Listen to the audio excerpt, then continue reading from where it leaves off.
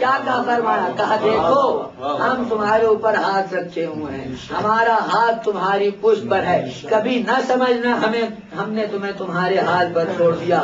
جس دن یہ سوچا، جس دن ایسا ہوا کہ ہم نے تمہیں تمہارے حال پر چھوڑ دیا، بس سمجھ لینا کہ اب اس دنیا میں تم کچھ لمحے بھی نہیں گزار سکتے۔ اور یہ اعزاز ہے ان ہستیوں کا کہ جنہوں نے کہا ہم ہر وقت تمہاری مدد کرتے ہیں۔ بس ایک واقعہ امیر کائنات کا، یہ وہ ہیں کہ جو کہتے ہم صاحب معجزہ ہیں، ہم سے معجزہ طلب کرو تو ہم کر کے دکھائیں گے۔ یہ وہ نہیں ہے کہ جو صرف زندگی میں معجزہ دکھائیں، بلکہ ان کے روضوں پہ جائیں تو ان کی زندگی سے زیادہ معجزات اب بھی رونما ہوتے ہوئے دکھائی دیں گے۔ اب جائیے نجف اشرف، آپ تمام تاریخ جانتے ہیں، دامن وقت میں اب ختم گنجائش نہیں ہے، صرف اشارہ کرتے ہوئے گزر رہا ہوں۔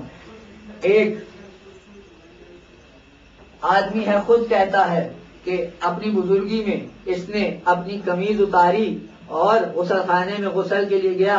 اب وہ دور نہیں، اب تو ہم تمام لوگوں کے گھروں میں اپنے اپنے غسل خانے موجود ہیں، لیکن اس دور میں ایک اجتماعی علاقہ بنایا جاتا تھا کہ جس جگہ پر جا کر لوگ غسل کرتے تھے، جس کو حمام کے لقب سے یاد کیا جاتا ہے آج بھی کتابوں میں۔ اب یہ شخص کہتا ہے اس نے جب اپنی قمیض اتاری، میں نے دیکھا کہ اس کی پشت پر ایک نشان ہے جو سوکھا ہوا ہے، جو نشان سوکھا ہوا زخم کا نشان ہے۔ میں نے اس سے پوچھا، اس بزرگ سے، کہ بتاؤ یہ کس چیز کا نشان ہے؟ اس نے تو پہلے ٹال مٹول سے کام لیا اور پھر بعد میں کہنے لگا کہ چلو اب تم مجھ سے پوچھتے ہو تو میں بتا دیتا ہوں۔ کہتا ہے میں اپنے عالم شباب میں ایک بہت بڑا مانا جانا ڈاکو لٹیرا تھا اور ہمیشہ اپنے دوستوں کے ساتھ شباب و کباب کی محفلوں میں مشغول و مصروف رہتا تھا۔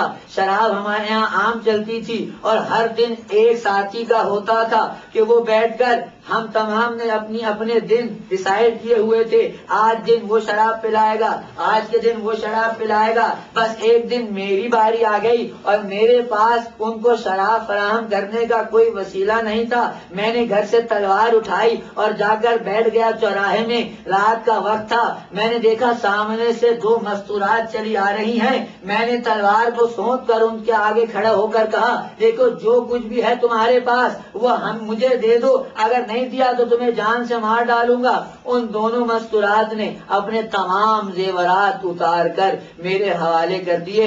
اچانک میں نے دیکھا، کیونکہ مطلب ابر آلود تھا، بجلی کڑکی، میں نے دیکھا ان میں سے ایک بوڑھی عورت، ایک عورت بوڑھی تھی، ایک جوان تھی۔ اب جب میں نے اس جوان عورت کی جانب دیکھا تو میری نیت خراب ہوئی اور میں نے چاہا کہ میں اس کی طرف دست اندازی کروں۔ ایک مرتبہ اس بوڑھی عورت نے کہا دیکھ اس کی جانب ہاتھ نہ اٹھانا، اس کی کل شادی ہونے والی ہے اور ابھی ہم علی مرتضیٰ کے روضے پر حاضری دینے کے لیے جا رہے ہیں، ہم تجھ سے کہتے ہیں کہ تجھے علی مرتضیٰ کا واسطہ ہے، اس کی طرف ہاتھ نہ بڑھانا۔ یہ کہتا ہے کہ نہیں، میں اپنے عالم سرور میں تھا، میں نے نہ دیکھا کہ کس کا واسطہ دیا جا رہا ہے۔ میں نے دست درازی کرنے کی کوشش کی، یہاں اس لڑکی جو جوان تھی اس کے منہ سے نکلا یا نجف کے والی امیر المومنین میری امداد کو پہنچیے گا۔ بس اتنا کہنا تھا کہ میں نے دیکھا کہ نجف کی جانب سے ایک شخص گھوڑے پر سوار آتا ہوا دکھائی دیا اور اس نے آتے ساتھ کہا کہ ان مستورات کو چھوڑ دے۔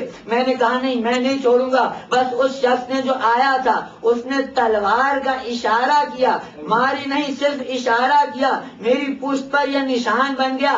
جب سے اب تک یہ اسی طرح ہے۔ ایک مرتبہ میں بے ہوش ہو گیا، غش کھا کر گرا۔ ان دونوں عورتوں نے اس شخص سے کہا تمہارا بہت شکریہ، تم نے ہماری اس وقت امداد کی جس وقت کوئی مدد کرنے والا نہ تھا۔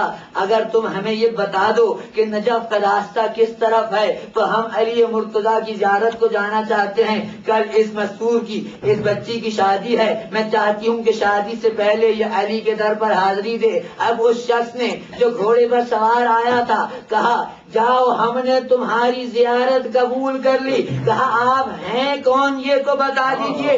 کہا میں وہی ہوں جس کی زیارت کے لیے تم جا رہی تھی اور تم نے مجھے پکارا تو میں تمہاری امداد کے لیے آیا، اور اب تم مجھے جب پکارو گی ہم تمہاری امداد کریں گے۔ اور ہمارے شیعوں کو پیغام پہنچا دو جب کبھی ہمیں پکارا جائے گا ہم ان کی امداد کو پہنچیں گے۔ بس میرا یہاں ایک سوال ہے، یہاں ایک اہم مومنہ نے پکارا تو علی ابن ابی طالب مدد کے لیے تشریف لے آئے.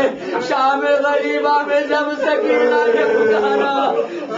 نے پکارا ہوگا دادا کیسے نہ تشریف لائے. اللہ ڈالو یہ کون بیوی ہے؟ اس نے اپنی آنکھوں سے دیکھا اپنے بابا کو لاش پر گھوڑے دوڑائے جا رہے ہیں. اجرکم اللہ دارو ان لاشوں کا کیا حال تھا آج میں بتانا چاہتا ہوں. ان لاشوں کا حال کیا تھا. تیرہ محرم الحرام ہوئی. اہل بیت کا داخلہ ابن زیاد ملعون کے دربار میں ہوا اور وہاں دربار میں داخلے کے بعد ایک مرتبہ تمام اہل بیت کو زندان میں قید کیا گیا. اب سید سجاد کیسے برداشت کرے کہ میرے بابا کا لاشا کربلا کے میدان میں بے گور و دمار. بس دارو ایک مرتبہ بنی اسد والوں کو جلال آیا. بنی اسد کی عورتوں کو جلال آیا. پیر سے اٹھائے کھدال اٹھائے اور مردوں کے سامنے آ کر کہا اگر تم سبت پیغمبر کا جنازہ دفنانے کی جرت نہیں رکھتے تو ہماری چادریں تم پہن لو, ہماری چوڑیاں تم پہن لو اور ہم خود جائیں گے سبت پیغمبر کو دفنانے. بس یہ سننا تھا. بنی اسد کے نوجوانوں کو, بنی اسد کے مردوں کو ایک مرتبہ غیرت آئی. چلے ہیں یہاں سے کھدال اور بیلچے لے کر ایک مرتبہ پہنچے ہیں. اب کیا ماجرا ہے؟ کیا دفنانا چاہتے ہیں جنازوں کو, لیکن کس طرح دفنائے؟ کسی جنازے کے سر کا, کسی جنازے کے دھڑ پر سر نہیں ہے. دفنائے تو کس طرح دفنائے؟ کیا کہیں گے کس کو دفنایا؟ بس اس کشمکش میں ہے, اس مشکل میں ہے کہ اب مشکل کشائے عالم نے معاوضے کے طور پر چلے. یہ کہتے ہم نے دیکھا کوفہ کی جانب سے آوازیں بلند ہوئی گھوڑوں کی ٹانگوں کی, کچھ ریت اڑی ہوا میں. ہم نے کہا شاید ابن زیاد کے دربار میں کوئی آیا ہے, لیکن اب جو کان چڑھی ہم نے دیکھا ایک بوڑھا سا آدمی ہے گلے میں دھوکے خاردار, ہاتھوں میں ہتھکڑیاں, پیروں میں بھیڑیا, کمر میں لنگر, گھوڑے سے اترا اور آ کر کہتا کیا آؤ میں تمہیں بتاتا ہوں کون سا جنازہ کس کا ہے. یہ جنازہ حبیب ابن بلال کا ہے, یہ جنازہ علی اکبر کا ہے, یہ جنازہ علی اصغر کا ہے, یہ جنازہ مسلم ابن اوسطا کا ہے. اب جو جوان آیا تھا اس جوان نے تمام کے تمام لاشوں کو اکٹھا کیا اور سارے شہداء میں دفن کیا, جس کو گنج شہداء کہتے ہیں. اجرکم اللہ دارو تمام کے تمام شہداء کو دفن کیا. اب باری آئی ایک جنازہ دفن کرنے کی. اس نے کہا اب کوئی اس جنازے کو ہاتھ نہ لگائے, معصوم کا جنازہ معصوم نہ بنا سکتا. ارے گزرے والوں, لیکن کتاب کا نام معید الرحمان. اب روایت نے کہا حسین کی لاش اس طریقے سے پامالی کی زد میں تھی.